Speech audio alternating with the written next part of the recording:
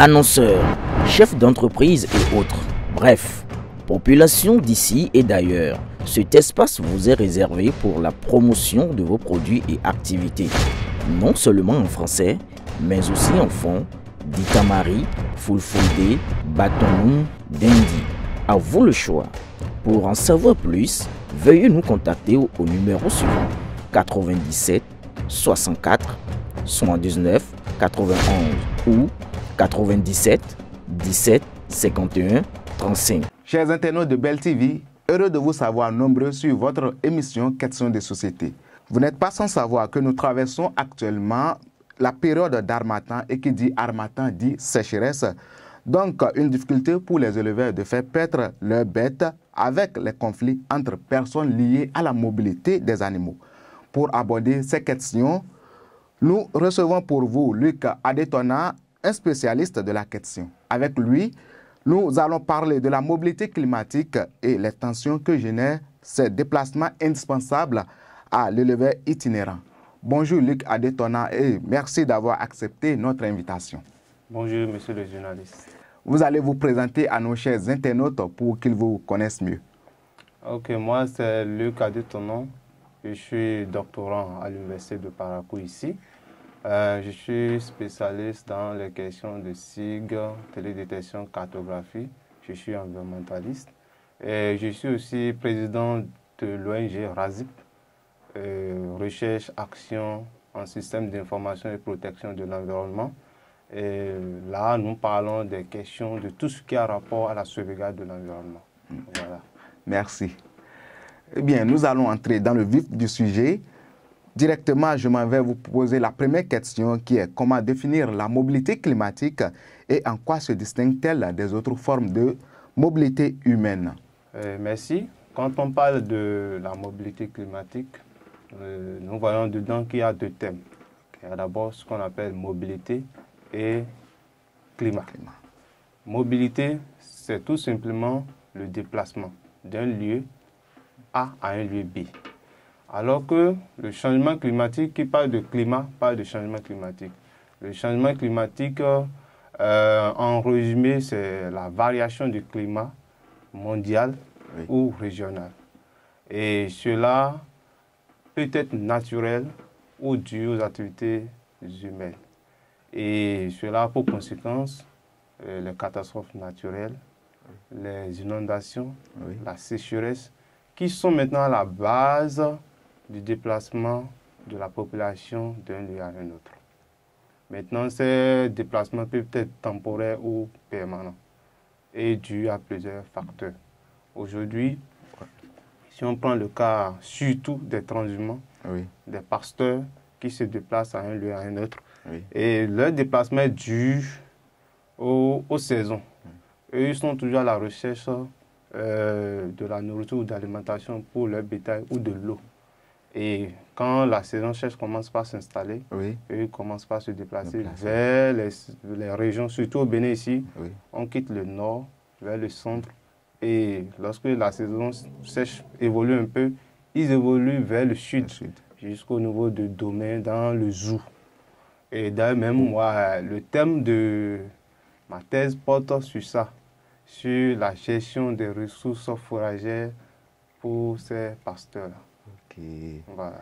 Directement, nous allons aborder la deuxième question. La deuxième question qui demande à savoir quels sont les impacts principaux de la mobilité climatique.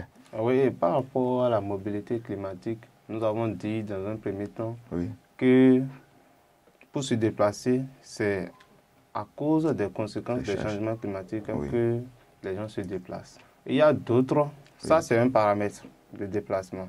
Il y a d'autres qui se déplacent à la recherche de terre pour cultiver, faire le champ. Et si on prend la région, surtout au Bénin ici, la région de l'Atakora, vous allez voir, bon nombre de personnes se déplacent vers les collines ou bien la région centrale, surtout Tchaourou, Ouessé, et ceux de l'Atakora viennent là-bas pour faire quoi? Juste pour chercher de terre, pour cultiver, pour faire le champ. Et quand on prend la zone de Carré-Maman, dans la zone de Carré-Maman, eux, leur déplacement est dû surtout à l'inondation. Surtout à l'inondation. Et comme je le disais tantôt, il y a des déplacements délibérés. Donc, c'est la personne même qui décide. Qui décide de quitter le point A pour le point B. Et il y a des déplacés forcés et il y a des déplacés planifiés. Maintenant, il y a une localité là-bas dans la commune de Karimaman, on l'appelle Karigui. Le village est toujours inondé chaque année.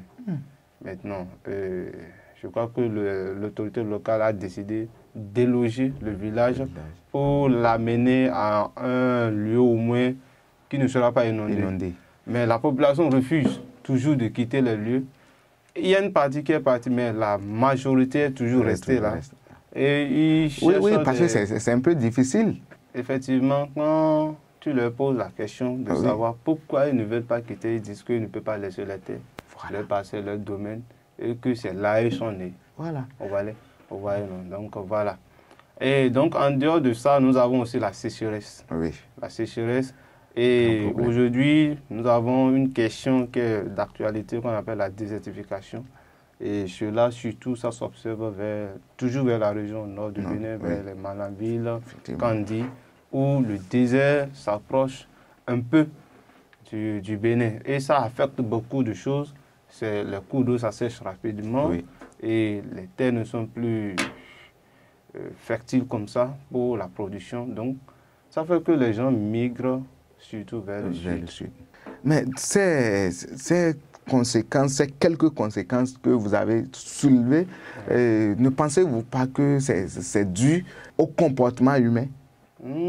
Non, ce n'est pas dû au comportement humain. Parce que j'ai dit, le changement climatique, c'est d'abord quelque chose de naturel. Oui. Parce que le climat varie dans le temps. Oui. Maintenant, il y a l'apport des activités humaines qui amplifie maintenant le changement climatique, ce qui fait que maintenant c'est criard. Voilà. Donc là déjà, on peut trouver un mécanisme pour amoindrir ou réduire ces effets. Effectivement, quand vous entendez parler aujourd'hui d'adaptation, stratégie d'adaptation au changement climatique, il y a même des financements, des fonds verts qui sont alloués pour ça, pour pouvoir mener des actions pour réduire un tant soit peu les changements climatiques. Et même dans tous les domaines, dans l'agriculture, nous avons des stratégies que les gens adoptent, soit ça peut être traditionnel, local, ou ce que les gens nous emportent pour pouvoir subvenir un peu. C'est dans ça même, c'est dans ça que les gens utilisent de l'engrais, parce qu'aujourd'hui les terres ne sont plus fertiles. Et pour pouvoir booster un peu le rendement, les gens utilisent de l'engrais. Mais aujourd'hui, on trouve encore que les engrais chimiques qu'on utilise est encore néfaste pour notre santé.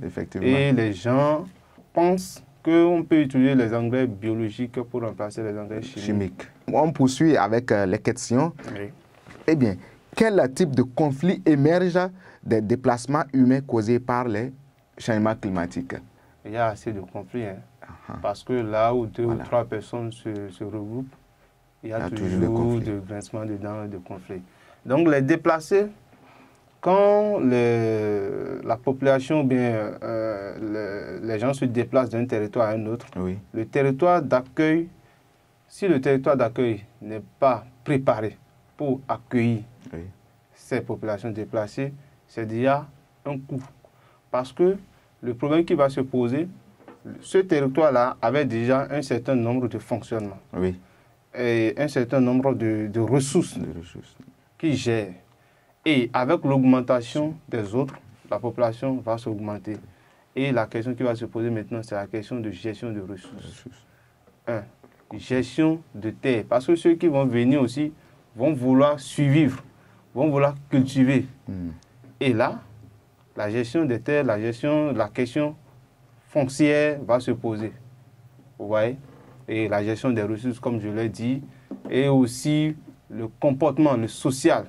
Parce qu'on n'a pas la même manière de voir des choses. La même manière de vivre et tout. De vivre. Donc cela constitue de grosses questions et qu'il faut se préparer en amont, avant même d'avoir ces questions de déplacer là. Quand vous allez aujourd'hui à Banekwara, je crois qu'au Bénin, aujourd'hui, Banekwara est en premier, qui accueille plus de migrés, de déplacés. Et quand vous allez là-bas, vous les voyez vraiment, c'est autre chose. Dans ces conflits, vous avez parlé de la gestion des terres, du foncier et du social. Le social, bon, vous avez cité un exemple, la commune de Banikwara, qui est une commune plus hospitalière. Mais non, c'est pas plus. Au fait, c'est la commune où on constate plus de destinations où les réfugiés sont actuellement plus concentrés. Sinon, nous avons aussi Kandi qui est là. Il y a les réfugiés à Kandi, mais ce n'est pas... la population et la taille des déplacés n'atteint pas pour Banikwara. Voilà. Okay. Merci alors à la commune de Banikwara qui émerge dans ce sens, j'allais dire. Maintenant, allons directement à quelle politique et stratégie peuvent prévenir ou gérer les conflits liés à la mobilité climatique. Oui, pour gérer la mobilité climatique, au fait, ça doit commencer par la préparation de la population d'accueil. C'est qu'on doit se préparer en amont pour savoir que ça peut arriver. Oui. 1. 2, la sensibilisation aussi de la population. Donc, sensibiliser. Et 3, il faut que les politiques gèrent un mécanisme de gestion des réfugiés, des déplacés, de ceux qui se sont déplacés pour venir sur notre territoire. Il faut qu'il y ait un mécanisme de gestion, de suivi et maintenant, enfin, d'intégration dans la population. Parce qu'il faut les préparer aussi, il faut sensibiliser, les mobiliser, afin maintenant de les insérer dans le territoire d'accueil. Sensibilisation, mécanisme de suivi et insertion dans le territoire d'accueil. Oui. Est-ce qu'actuellement, nous pouvons dire que ces mécanismes ou ces stratégies, j'allais dire, sont mises en place par les autorités? Bien sûr que oui. Parce que quand vous allez là-bas à Banikwara, l'autorité locale, communale, là-bas a un mécanisme de suivi. Et il y a aussi les ONG qui viennent en appui à ces autorités-là. Nous pouvons citer UDUCO, nous pouvons citer le PAM, le Programme alimentaire mondial. Donc ces ONG-là appuient un peu ce que les autorités locaux font. Donc, et aujourd'hui, bon, le EDUCO est en train de, par exemple, nous on est allé là-bas dans le cadre d'une mission du PAM qui est un programme d'assistance à ces réfugiés-là. Ils ont enregistré un certain nombre et ils ont essayé de les assister en termes d'alimentation et de finances. Ces politiques et stratégies contribuent-elles à l'amélioration des conditions de vie de ces migrants? Bien sûr que oui. Comme je viens de le dire, j'ai dit tantôt tout à l'heure que il y a le PAM qui est allé en aide à ces réfugiés en termes financiers et matériels, alimentation. Ça les soulage un peu parce que d'où ils viennent là-bas, il y a des gens en dehors, parce que au début j'ai dit qu'il y a plusieurs formes de mobilité. Il y a des mobilités qui ne sont pas forcément liées au changement climatique, qui sont liées au conflit de l'autre côté du territoire et qui les obligent à se déplacer vers les territoires frontaliers ou les communes qui sont plus proches. Voilà. Bon, après ces aides-là, est-ce qu'il y a le suivi? Parce qu'une chose est d'aider, mais si on aide et qu'on s'arrête là, on ne suit pas, ça va donner quoi? Donc c'est un problème là. Si après ces aides, le suivi continue, ça va soulager d'une façon générale ces migrés ou ces migrants. Effectivement, je crois qu'à ma connaissance actuelle, pour ce que le PAM et le DUCO ils font, c'est un truc de suivi ils font même, correctement. C'est sur de long terme. Voilà. C'est un truc de suivi. Ils ont des projets dédiés pour ça, pour peut-être 2 à 3 ans. Et ce que le PAM est en train de faire, c'est durant une période donnée. Ce n'est pas sur de courtes périodes. Donc c'est pour ça que donc c'est à long terme. C'est à long terme.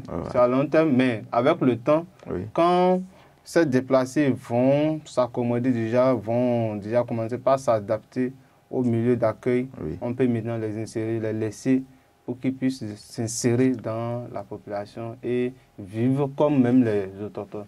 Pourquoi maintenant intégrer la gestion des déplacements climatiques dans les politiques de lutte contre le changement climatique? Ah oui, c'est une seule réponse à là. Parce que c'est un truc mondial. Quand on parle de changement climatique, le changement climatique aujourd'hui, c'est mondial. Oui. Et ce n'est pas quelque chose de local. Donc, tout le monde, je crois que tous les pays du monde entier. D'où la naissance de COP 29. Ah oui, les COP là, oui. c'est de ces questions on échange là-bas. Oui. Sur comment faire pour s'adapter au changement climatique, les fonds verts, et allouer des financements pour les pays africains. Parce que on subit des conséquences, mais nous, notre part dans ce problème est tellement faible que et c'est nous qui subissons plus de conséquences. Plus de conséquences, c'est vrai. Donc c'est à cause de ces raisons-là, il faut que tous les pays puissent intégrer ce système-là dans leur politique pour pouvoir prendre ça en compte. Parce qu'on ne peut pas interdire la mobilité climatique. Comme je le disais, c'est une stratégie pour s'adapter aussi au changement climatique.